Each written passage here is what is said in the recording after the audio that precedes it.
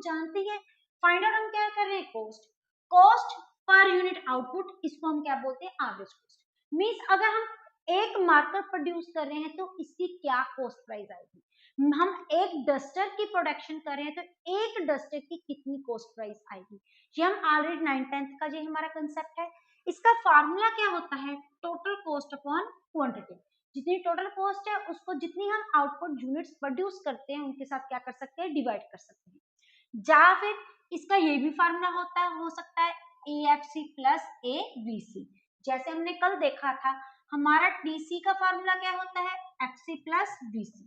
वैसे ही अगर हम पूरी सीरीज को आउटपुट के साथ डिवाइड कर देंगे तो हमारे पास क्या आ जाएगी, एवरेज कॉस्ट।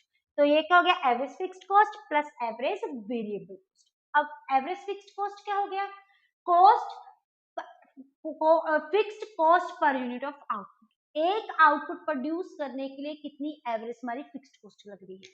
वैसे हमारी क्या हो जाती है, variable cost, per unit variable cost of output.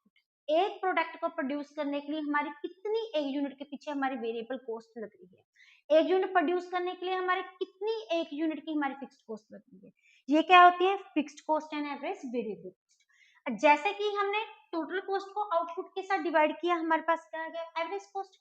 ऐसे ही अगर हम फिक्स्ड कॉस्ट को डिवाइड, टोटल फिक्स्ड कॉस्ट को हम आउटपुट या क्वांटिटी के साथ डिवाइड कर देंगे, हमारे पास क्या आ जाएगी, हम एवरेज फिक्स्ड कॉस्ट।